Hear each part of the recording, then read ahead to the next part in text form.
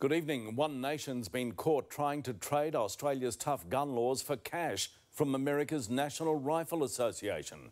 But Pauline Hanson's henchmen, who were filmed in an undercover sting, say they've been taken out of context, and some of their comments came after a long drinking session.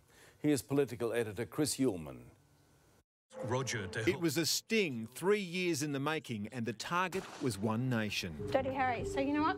Don't mess with me. Television network AlJazeera followed a gun lobbyist. Roger Muller is the public face of Gun Rights Australia. As he made deep contacts with America's powerful National Rifle Association. Roger Muller, GRA. Day one here in Louisville at the NRA conference. But he was not what he seemed. We created Gun Rights Australia as a front in order to infiltrate the pro-gun lobby and understand how they operate.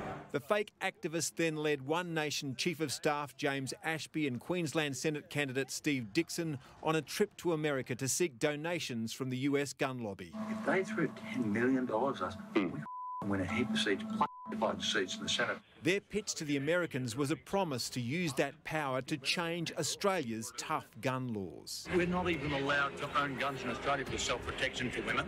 It was all filmed by the fake lobbyists, and all happened in the lead-up to Parliament banning foreign donations. So I believe foreign donations should be stopped. That's utterly at odds with her key lieutenant's mission to America, as they imagined what foreign gun lobby millions could buy them. If you went 20, you would own the lower house and upper house. The reaction was swift and furious. We have wonderfully strong gun laws. They have saved Australian lives. They are an example around the world.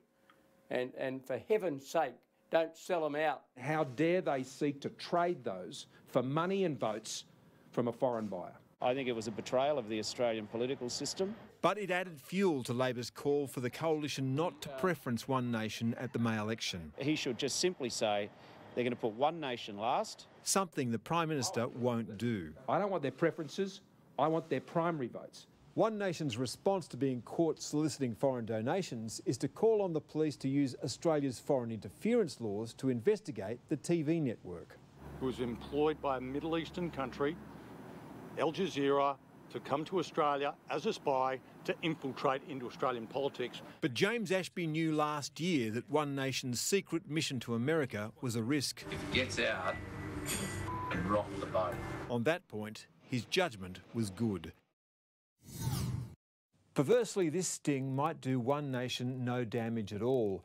Like those who backed Donald Trump, many One Nation voters are deeply suspicious of the mainstream media and believe it's a creature of the political left that's determined to destroy its heroes. So media attacks on One Nation are seen by its supporters as a sign that the party's doing its job and shaking up the arrogant ruling elites. The real trouble will be for the coalition, which will have to make a decision on whether it swaps preferences with the minor party. If it does, then votes won in the bush could be lost in the city. One Nation operatives have been caught red-handed trying to sell our firearm laws to the powerful American gun lobby. Pauline Hanson's chief advisor, James Ashby, was secretly recorded asking an undercover reporter for $20 million in exchange for trying to water down Australia's strict gun laws. One Nation offering to turn Australia into a gun nation for cash. Mate, you make this shit happen, mate. I'll make sure we open any door you need open.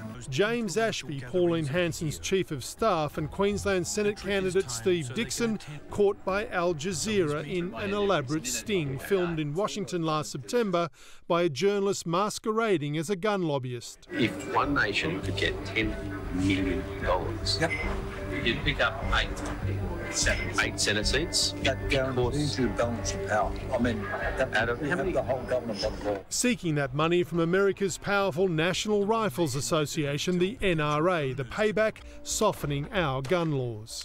If you went 20, you would own the lower house and upper house. They didn't get the money, and Pauline Hanson voted in November to ban foreign donations. But they did get free advice from the NRA on dealing with anti-gun campaigners after mass shootings. How dare you stand on the graves of those children to put forth your political agenda? Yeah. You shame them to the whole idea. It's like offense, offense, offense. One Nation took that advice, attacking AlJazeera as a propaganda unit supporting Islamic extremists, asking the AFP to investigate whether the sting amounts to foreign interference in our political system. AlJazeera paying a spy to come to Australia, set up Gun Rights Australia. I mean, this is the stuff you see in James Bond magazines. He set these meetings up. This is skullduggery at its worst. This is the very first time Australia has witnessed political interference from a foreign government. The story producer, Australian Peter Charlie. Well, the evidence is on the videotape, and the videotape is quite clear. If you're ever wondering why you shouldn't be voting One Nation, there's a pretty good reason. But wouldn't commit to preferencing them last. What more does Mr Morrison need to show some spine and put One Nation last? And it was clear James Ashby was aware of the risks. If it gets out, and rock the boat. And now it's out. Mark Riley, 7 News.